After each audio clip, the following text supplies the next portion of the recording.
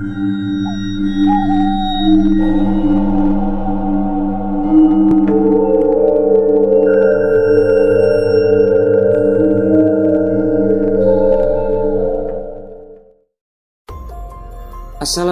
warahmatullahi wabarakatuh.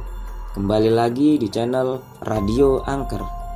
Di sini saya akan membacakan sebuah kisah yang ditulis oleh akun Kaskus yang bernama Nona.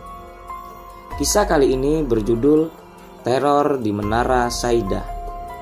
Sebelum kita mendengarkan kisahnya, buat teman-teman yang mempunyai kisah horor nyata, bisa dikirim melalui email radioangker@gmail.com. Jangan tunggu lama-lama, mari kita dengarkan kisah berikut ini.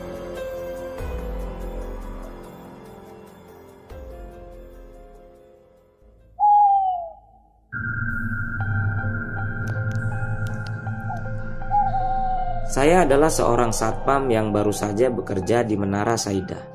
Nama saya Rizal dan teman saya Pino. Yang lebih senior menjaga gedung ini hanya kami berdua ketika jam sudah malam. Saat ini gedung Menara Saidah masih dihuni oleh banyaknya perkantoran. Hanya saja penjagaan gedung di malam hari hanya 2 orang satpam yang berjaga, saya dan juga Pino. Serta beberapa engineering yang khusus jaga malam. Hari menjelang malam hampir pukul 11. Satu persatu karyawan di Menara Saidah sudah pulang. Hari itu terasa hawa dingin menyelimuti kulit. Aku dan Pino pun asik menyeruput kopi yang memang disediakan pengelola gedung. Jal, hari ini dingin banget, lo berasa nggak? Iya nih, makanya aneh pakai jaket. Lalu ada seorang wanita berbaju merah mendatangi kami berdua. Usianya masih muda, terbilang ia juga cantik, sepertinya juga ada blasteran orang Eropa. Terlihat dari hidungnya yang mancung. Ketika wanita itu datang, tercium aroma melati. Aku pikir mungkin ini parfum yang dipakai si wanita itu. Maaf pak, saya mau ke atas lantai 13, office. Teman saya masih lembur di sana, boleh minta antar pak? Saya takut sendirian. Oh, masih ada yang belum pulang rupanya. Ya sebentar mbak, saya izin dulu dengan teman saya. Kulihat Pino dengan Walkman dan handset di telinga, sedang angguk-angguk mendengarkan musik kesukaannya. Pin, gue anterin orang dulu ya ke lantai 13 bentar. Gue langsung balik lagi kok nemenin lo. Sambil kutepuk pundaknya. Pino hanya angguk-angguk sambil mengangkat jempolnya. Dalam hati, lumayanlah yang anterin cewek cantik malam-malam begini. Siapa tahu bisa sambil kenalan lebih jauh terus jodoh. Duh, lamunanku menerawang jauh sampai ke awang-awang seperti punguk merindukan bulan. Ayo mbak, saya antar. Aku pun berjalan beriringan menuju pintu lift. Lalu kami pun masuk setelah pintu terbuka. Tapi tak ada obrolan karena aku sebagai satpam juga segan untuk bertanya duluan dan mengajak berkenalan. Wanita itu beberapa kali tersenyum kepadaku. Kemudian lift pun membuka di lantai 13. Kami pun bersama langsung keluar dan mengarah ke office yang ia sebutkan tadi.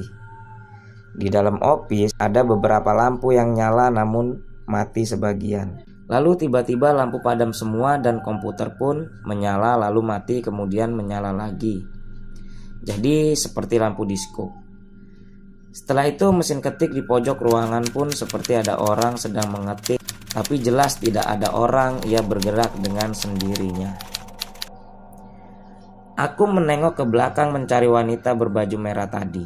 Ia pun menghilang. Dari sudut pandang kegelapan aku melihat sosok yang familiar dengan baju putih. Rambutnya panjang, berantakan, mukanya pucat, sambil duduk di salah satu meja sambil menggoyangkan kakinya. Lalu tertawa menggema. Otomatis aku lari tunggang-langgang sambil berteriak, "Kuntilanak!"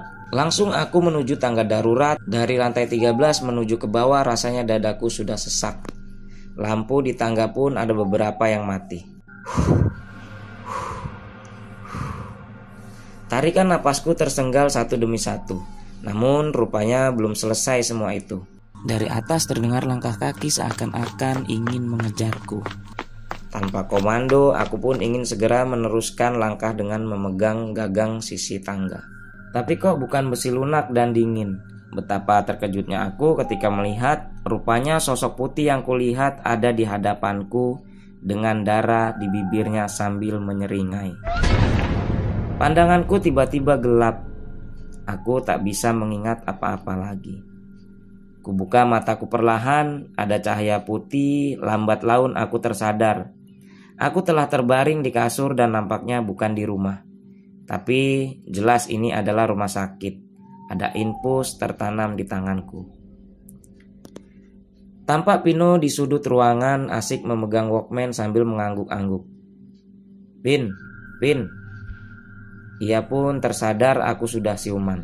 Dah sadar lo bro? Gue kenapa di sini? Lo pingsan di tangga darurat lantai 13. Loh, padahal seingatku aku sudah menuruni tangga, kenapa masih berada di lantai 13? Tatapanku serasa bingung dengan penjelasan Pino. Dah gak usah bingung. Tadinya gue pikir lo mau ke WC. Gue tungguin lama banget. Kemungkinan lo dikerjain si noni Belanda berbaju merah kayaknya minta kenalan. Jadi lo tahu kalau di sana ada hantunya? Pino hanya mengangguk dan tertawa ngeselin. Setelah itu aku merasa lega tak ada kejadian memakan korban. Hingga akhirnya di tahun 2007, gedung Menara Saida yang terletak di Jalan Gatot Subroto, Jakarta Selatan itu resmi tutup. Karena alasan membahayakan karena konstruksi gedung yang agak miring. Hingga kini makhluk penunggu gedung pun bertambah banyak. Mungkin kamu ingin uji nyali di sana? Setidaknya hindarilah gedung yang kosong hingga lama tak dihuni. Karena di situ banyak bersemayam makhluk astral dan tak kasat mata. Kecuali kalau kalian suka hal-hal yang berbau mistis.